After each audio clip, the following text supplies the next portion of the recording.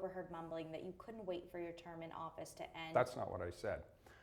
What actually was happening at that forum was I was speaking to 550 prominent individuals in this community who knew a lot about the intersection between public safety and public health. And this one guy in the back of the room kept popping up every 30 seconds and shouting me down and calling me a liar, and I shouldn't let it get to me.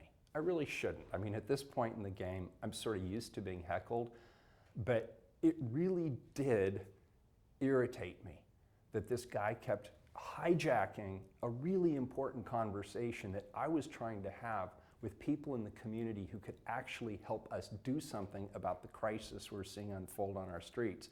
And it was irritating to me that not only would the guy not sit down and behave like an adult, nobody else seemed interested in interacting either.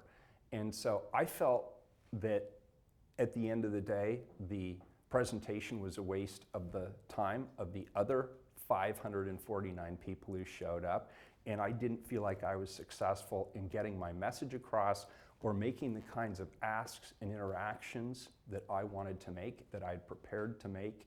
And in a moment of frustration, I said something that I should not have said under my breath. And there happened to be a reporter there who covered it. And it went around the country. But you didn't deny it at the time. I don't deny it. You said you just... I don't deny it, but it's not like I just walk around saying, I can't wait for my term to be ended. I want people to understand that I'm a human being, and there was a context to it. And it was disappointing to me that nobody was really interested in the context. And the context is we as people don't listen to each other anymore. We're so eager to pop up, and we're so poised to be outraged that we're not willing to talk and we're not willing to listen, even on important issues. I mean, who disagrees that we have a problem on our streets and that we have too many people with addiction and mental health issues on our streets, and we need to convene the smartest people in this community who know about it to help us do something about it? And then you got this gentleman popping up and down, interrupting one of the best opportunities I've had in 2.5 years to talk to the right people about it. So was I upset? Yeah, I was. I'm human. But you don't feel that way anymore. I still feel that way about the guy, yeah. No, but you don't feel that you're that you can't wait for your term to be over. You are right now. No, I am actually starting a new campaign. I absolutely intend to run for re-election. I've got a great team. We're bringing new people on, and you can tell by the people that I'm bringing on. These are serious players. They're not coming here for a 6-month stint. They're coming here for a long-term effort because they see that this isn't just a job, it's a calling, it's a movement. And we are at the nexus of it here at City Hall. There's a lot, as I say, we're a thriving city, but we certainly have our issues. We've got the homeless crisis, we've got the livability issues, we've got some public safety issues, we've got the demonstrations and counter demonstrations and street violence. There's no shortage of work to be done, and I'm 100% in. When are you officially launching your campaign? Is this what you're doing? I'll tell you when I won't launch my campaign, in late summer on a Friday afternoon when nobody's in town. I will wait, as I've said many times, to launch my campaign when it's appropriate for me to launch my campaign. Have you started fundraising? And that would be after September. Not in earnest, no. Frankly, there's plenty of time, and I've been busy with plenty of other things besides campaigning. It's been almost 2 decades since the city of Portland re-elected a mayor, had a 2-term mayor. 2001, I believe. So it's my history-making opportunity. Do you think you'll have the support you need to snag a second term? Honestly, yeah, I do.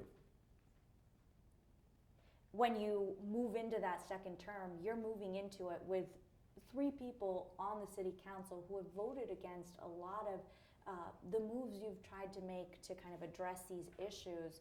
Yesterday, Commissioner Hardesty posted this video on YouTube. It said, ODOT shouldn't use money to put these boulders on the corners. In fact, I just heard one of your constituents, somebody here in Portland, calling your secretary about the boulders. I heard that conversation. So she said, why not give them tents with that money?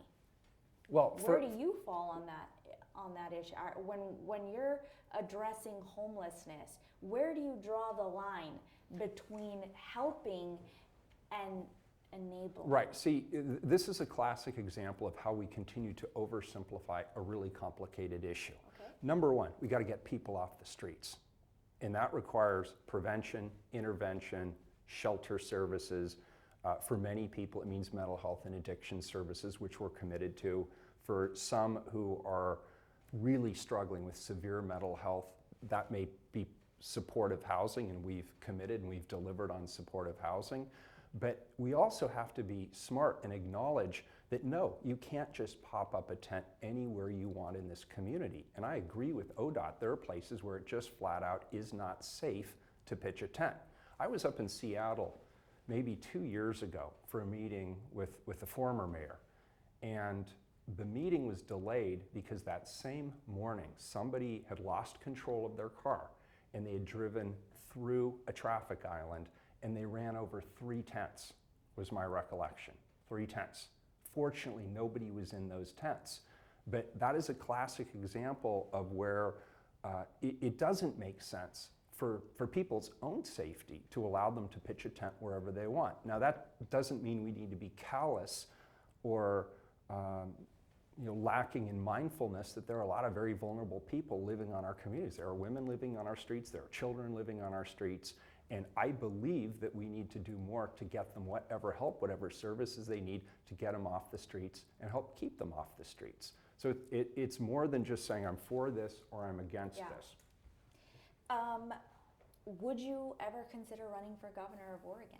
I'm not interested. I am interested in running for re-election for the city of Portland. I have worked very, very hard for 3 years to lay the foundation. And I know that people wish that we could make faster progress on things like the homelessness crisis, but we've got the right formulas. I've got the right team in place. We've got the right bureau leadership to make the change that we need.